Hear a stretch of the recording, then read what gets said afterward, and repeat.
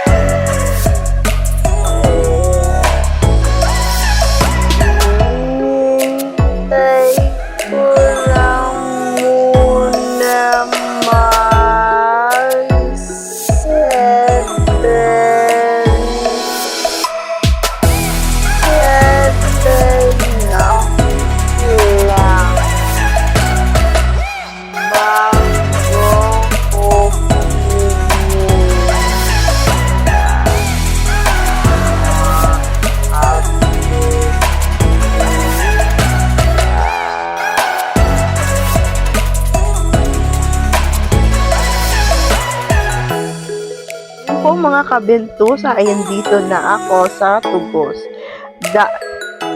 Bentusa therapy muna si doktora ngayon ay tatanggalan ko muna siya ng lamig sa katawan ko. Saan to naka-center? Diba mga kabentusa?